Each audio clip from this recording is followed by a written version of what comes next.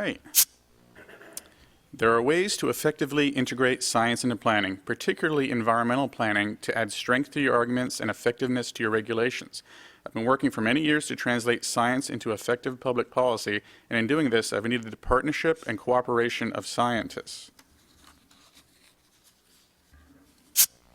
Too often, planners propose certain standards because they seem reasonable, or they are a compromise between interest groups. Planners need reliable tools to make decisions that will lead to standards consistent with the expectations of the community. Planners should not be promoting standards without a clear understanding of what the impact of those standards will be. Integrating science in planning can give a community clear expectations of the degree to which their air and water quality will be clean and to what extent their wildlife habitat and endangered species will be protected. The science of air and water quality and wildlife ecology has progressed over the last few decades, giving planners new tools to guide policy. It is no longer necessary or appropriate to simply have a policy of protect water quality. Increasingly, there are state and federal quantifiable numeric standards established for resources such as water. Furthermore, now there are often scientific studies available that can be used to support specific regulatory standards to meet resource protection goals. By way of example, a stated general planning goal of protect water quality will lead to an arbitrary standard with no reasonable expectation that the level of resource protection expected will be achieved. In contrast, a quantifiable goal can be achieved by utilizing a science-based standard. 20 years ago, without current scientific information on resource protection, Hillsborough County, Florida, established an environmental setback distance based on the distance a construction vehicle needed to make a three-point turn. Current scientific understanding allows us to now replace these obsolete standards with standards based on resource protection. We now have scientific understanding of how a setback or buffer distance can affect water quality protection. Planners can utilize this science to recommend specific standards to meet communities' environmental resource protection goals. Planners can now provide policymakers with an understanding of how various options will affect natural resources. How do we speak to our policymakers? In general, policymakers don't have an understanding of science. In general, policymakers don't want to try to understand science. Policymakers need science explained to them in lay terms that they can understand and integrate into the decision-making process. Scientists don't have a detailed understanding of how the policy-making process works. Scientists are generally geared to speaking to their peers, not politicians. They often have difficulty distilling their information down to a lay level or relating it to the policy-making process that elected officials are familiar with. Planners need to bridge the gap between science and policymaking.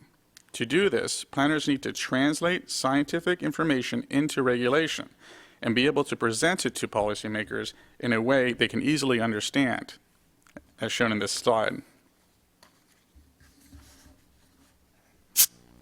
Don't assume scientists are eagerly awaiting your call to assist you. Scientists are generally occupied with their own responsibilities. Assisting you will generally be peripheral to their own objectives.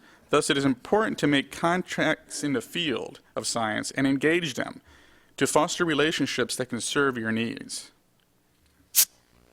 One of the best ways to foster relationships with the scientific community is to identify and make contacts with scientists from local and state agencies. Over time, you can build a network of go-to scientists that will trust you and be willing to help you. Coordinate with them and give them information from your field that can help them, and ensure you work with them within the limitations of their work environment. Don't assume scientists understand the regulatory process. Many don't. Planners need to educate scientists on the current regulatory environment and policy-making process. Scientists will be best equipped to help you if they first have an understanding of what you are trying to accomplish.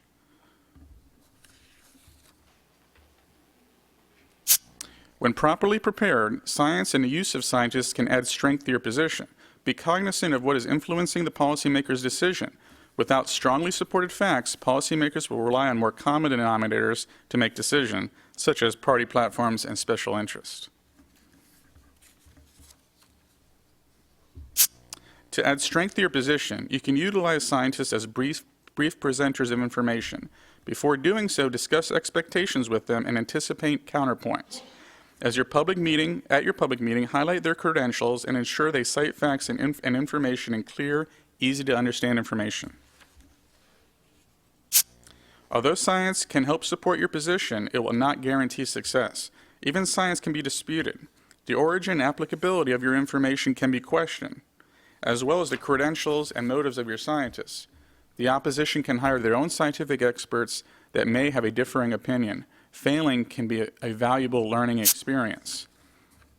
In my experience, the opposition often contends that there is no need for the regulation, that the science used is not locally based and therefore not applicable, or it is argued that your process was not inclusive, or there are unanticipated consequences to your regulation.